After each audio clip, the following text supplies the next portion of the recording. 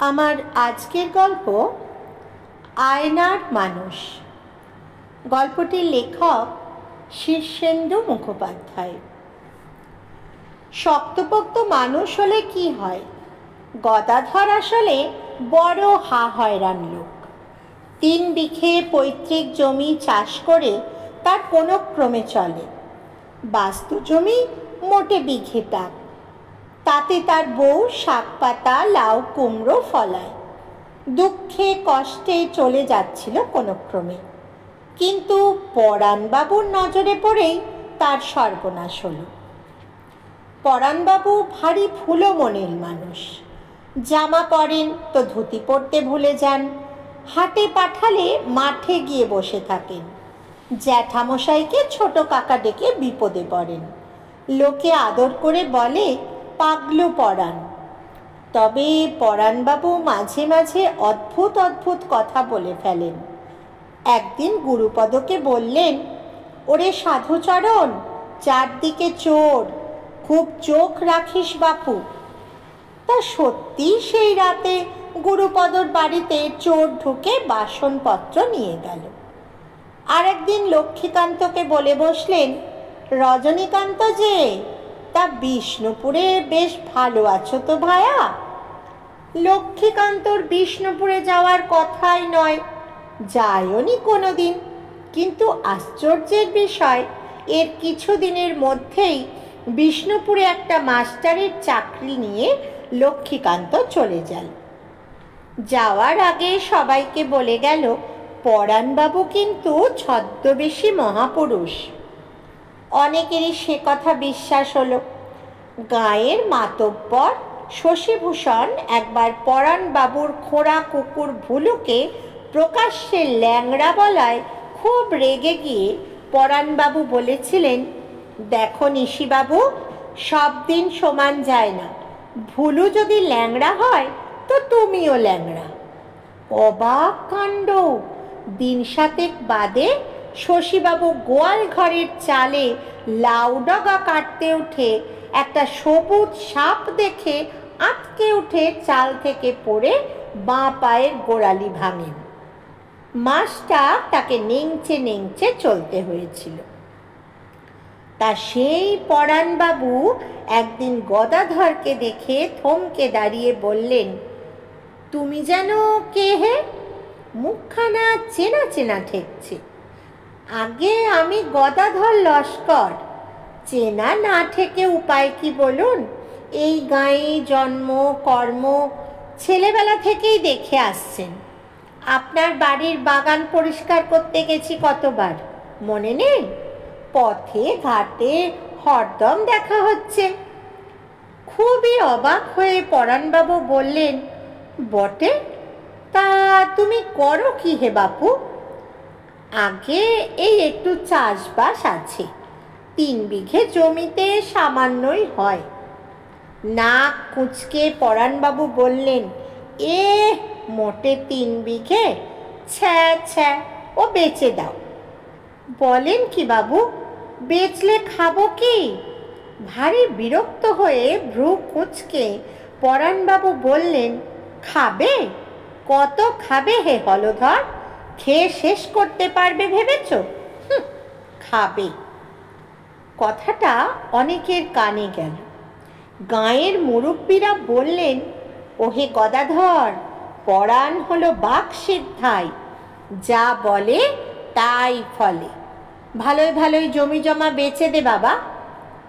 শুনে ভারী দমে গেল গদাধর। শুধু একটু খ্যাপাটে লোকের কথা শুনে এরকম একটা কাজ করা কি ঠিক হবে?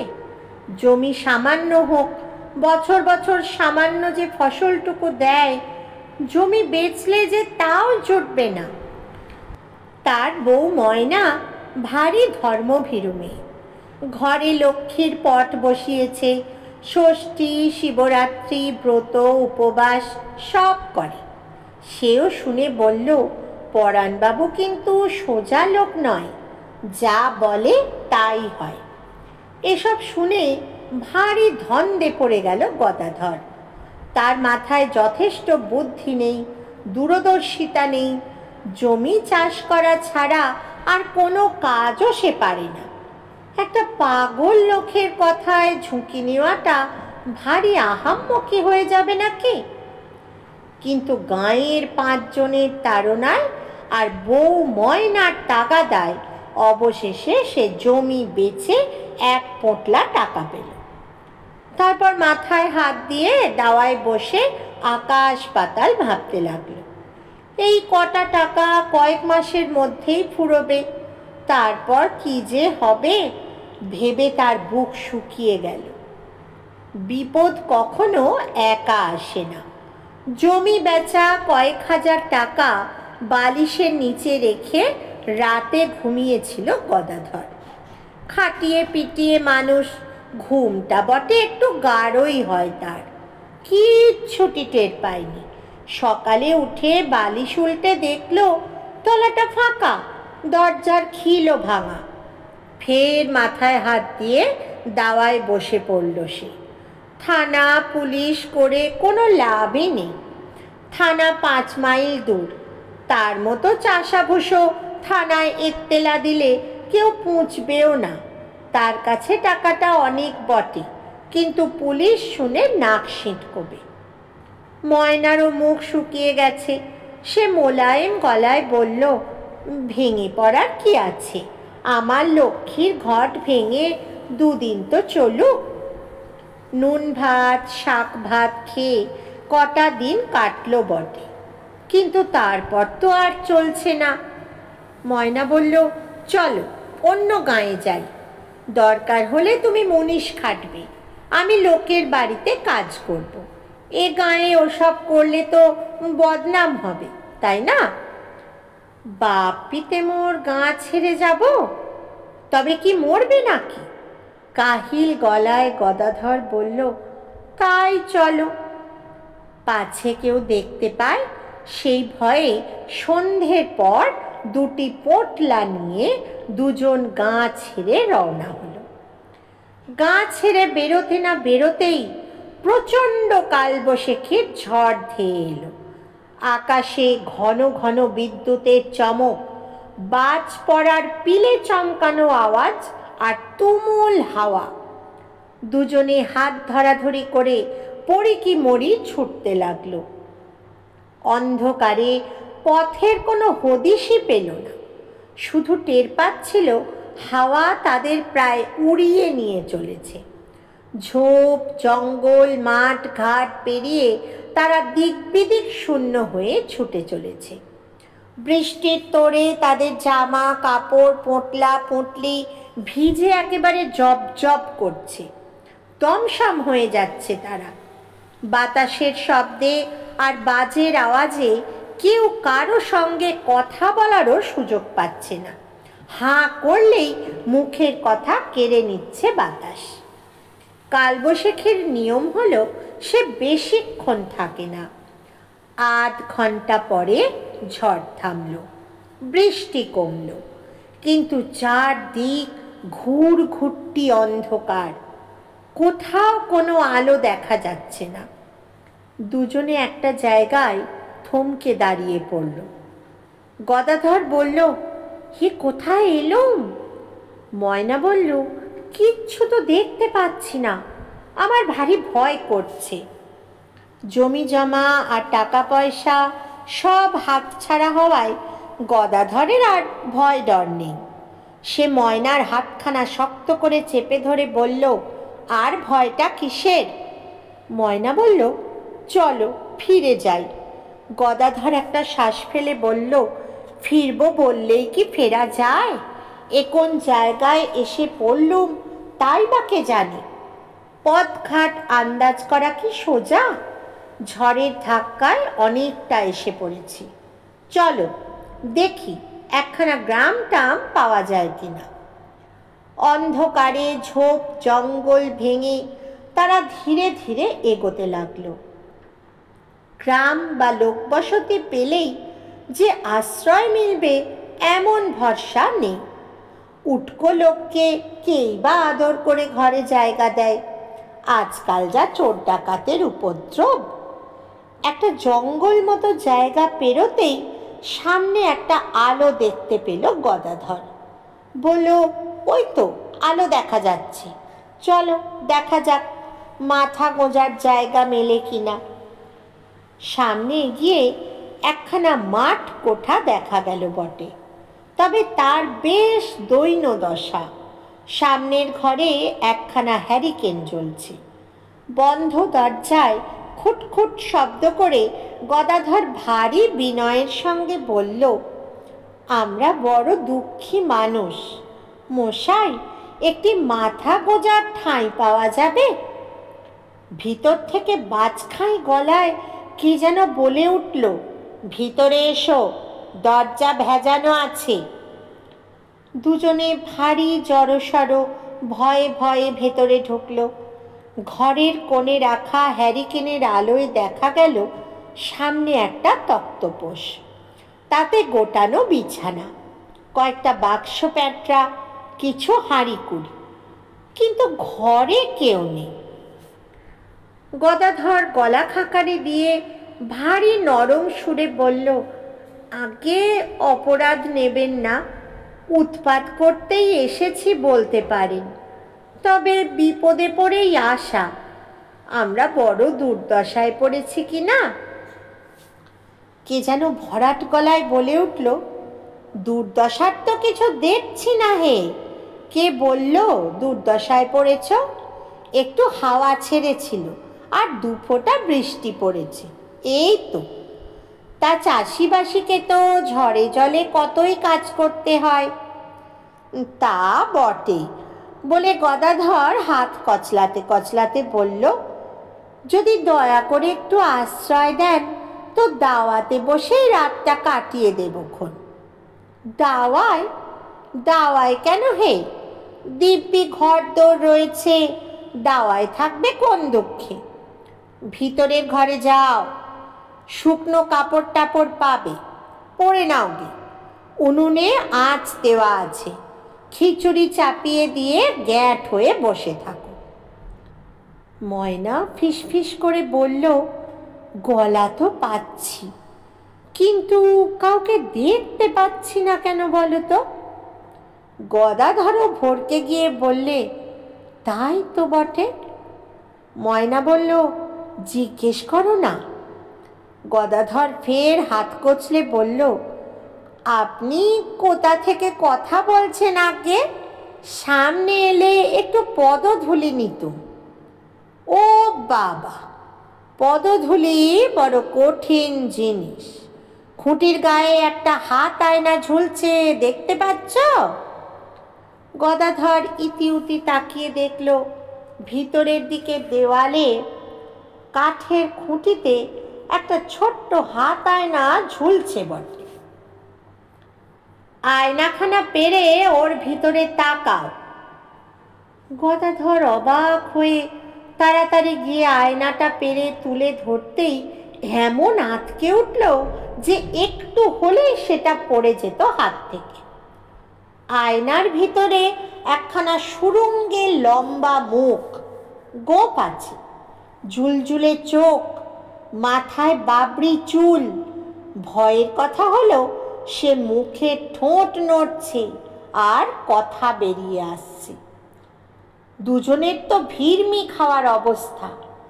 আয়নার লোকটা বলল, ওরে বাপু, আগে তো প্রাণ রক্ষে হোক, তারপর দাঁত কপাটি লেগে পড়ে থাকলে থেকো। ময়না আর গদাধর কিছুক্ষণ বাক্যহারা হয়ে ঘেঁষাঘেঁষি দাঁড়িয়ে রইল। এরপর ময়নাই প্রথম কথা কয়ে উঠল, আমরা বড় ভয় পাচ্ছি যে। বলি, ভয়টা কিসের? এই জন্যই বলে লোকের উপকার করতে যাওয়াটাই আহাম্মকি। গদাধর সামলে নিয়ে তাড়াতাড়ি বলল, না না, ওর ওপর কুপিত হবেন না, আমরা না হয় ভয় ডর সব গিলে ফেলছি। ভালো, টপ করে ওসব ফালতু জিনিস গিলে পেটে চালান করে দাও। দিয়েছ? ময়না আর গদাধর ঘন ঘন ঢোক গিলে যেন একটু সামলে নিল। গদাধর বলল, না, এখন আর তেমন বুক ঢিপ ঢিপ করছে না, তোমার করছে ময়না? না, মাথাটা একটু ঝিমঝিম করছে, এই যা। আয়নার লোকটা বলল, ওতেই হবে, এখন গিয়ে রান্নার জোগাড় যন্তর করে ফেল। গদাধর আমতা আমতা করে বলল, ফস করে অন্দরমহলে ঢুকবো, কেউ যদি কিছু বলে? লোকটা হাহা করে হেসে বলল, বলার মতো আছেটা কে হে? এই আমি ছাড়া এ বাড়িতে আর জনমনীষী নেই। যাও যাও, ভেজা কাপড়ে বেশিক্ষণ থাকলে নিউমোনিয়া ধরে ফেলবে। কথা না বাড়িয়ে তারা ভিতরের ঘরে এসে দেখল দিব্যি ব্যবস্থা। আলনায় কয়েকখানা পাট ভাঙা দূরের শাড়ি, দুটো ধোয়া ধুতি আর মোটা কাপড়ের কামিজ রয়েছে। কুয়ো থেকে জল তুলে হাত মুখ ধুয়ে ভেজা কাপড় বদল করে রান্নাঘরে গিয়ে দেখল উনুনে আঁচ উঠে গেছে।